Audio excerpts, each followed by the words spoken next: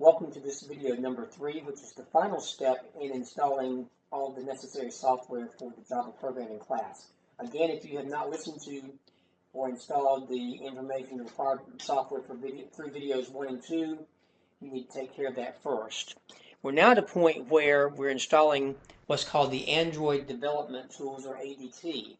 To do that, we need to go to the Android folder on the C drive and open the Eclipse program, the purple icon. This is listed on, as you see right here in the PowerPoint slideshow. So I'll go there right now. Just go to, I'm in the wrong folder here where I was recording your videos, but go to your computer by whatever means you need to do.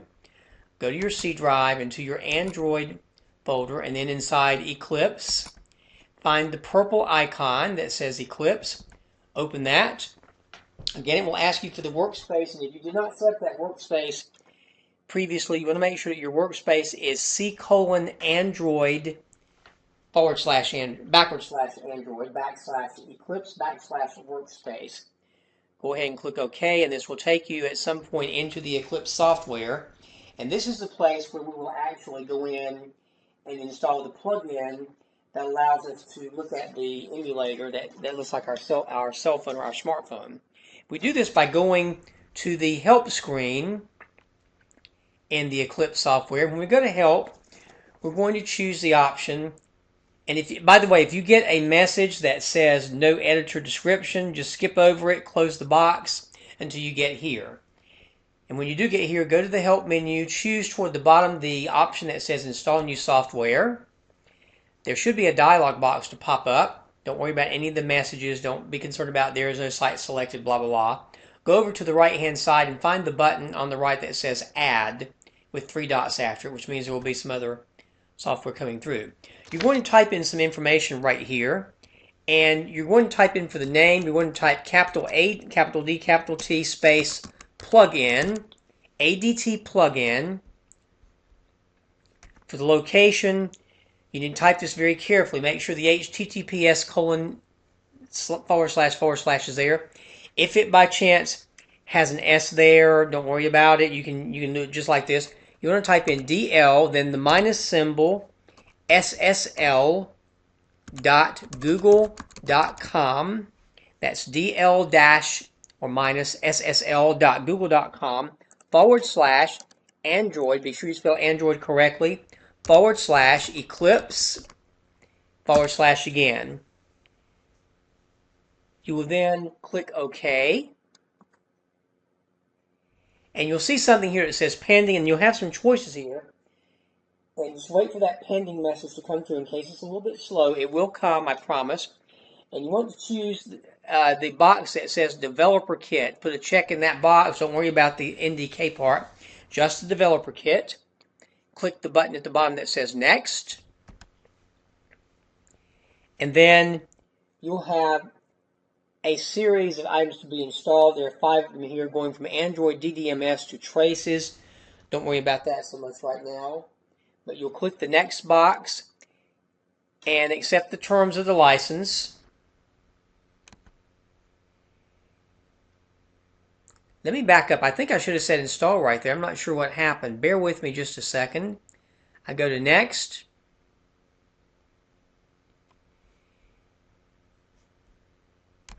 Then you click accept the terms of the agreement, click Finish, and it will install the software. I apologize for that little brain lapse right here. The installing will take place. I don't think this one takes particularly long. If by chance you get a warning right here, don't worry about the warning. Just let the software install for you. And I don't think this takes terribly long to do. You'll get that little warning message possibly. No big deal there. Click OK to ignore the warning message, and this will continue, and I think we'll be okay. Like I've been okay every time I've installed this. And it says self-explanatorily, you'll need to restart the Eclipse SDK for the changes to take place. So go ahead and restart with yes. Eclipse will restart. It may or may not give you the workspace information again, which it did here. That's just asking if you want to change the place where you store your files as you create them. Click OK there. And again, be patient as Eclipse opens up. And you should be okay at this stage. Once Eclipse has restarted, go to the window menu and toward the bottom, or the bottom, choose Preferences, and then go to the, on the left hand side of this dialog box, go to Android, and it will give you Android preferences right here. And what you want to do is make sure that the location is C:\Android, C:/ or / Android as it had before. And it will give you a bunch of the targets right there. You should be okay, and you can click the OK button right there to make sure you're okay with this. And then go to Window and again and choose AVD Manager.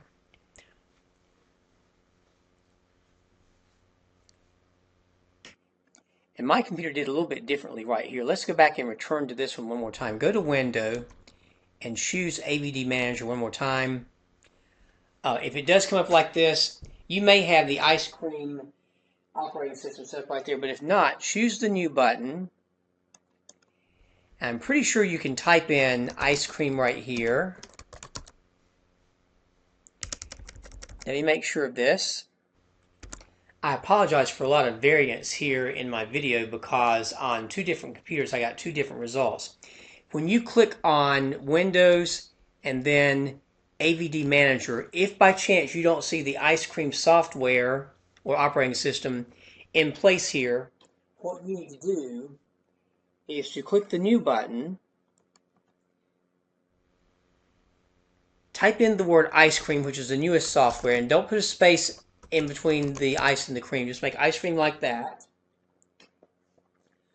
The target level right here will be Android 4.1. Now, your book will say API level 14. I think you can put 16 here and be just fine. We'll try this and see what happens. And then for the size, I don't think we need anything there. Just put API level 14 or 16 in this case, whatever you want to do. You do the newer ones. Your book says that they're not using the latest platform, but that you don't have the 14 choice there. I think you'll be okay with this. And then click Create ADB. Now again, it doesn't look like it's accepting this at this point. Let me see what happens right here. Again, bear with me. Now yours may vary right here. Mine says to override the existing AVD with the same name. So I'm going to do that because I think I had 14 earlier. So again, what I'm doing, just to summarize this for you one more time, I click New. I type the word IceCream with no space in there. That's the latest operating system for Android. I'm choosing API level 16, which is the 4.1 version. Again, mine's claiming that there's one with the same name already down at the bottom. Just click the override checkbox if that applies to you. Click Create AVD, and you'll get something like this one. Now, your book will say not to use that one because most people aren't using the latest version, but I think you'll be okay where this is concerned. And once you have this showing up, your AVD should be ready to use, and I think you'll be okay with just closing this dialog box.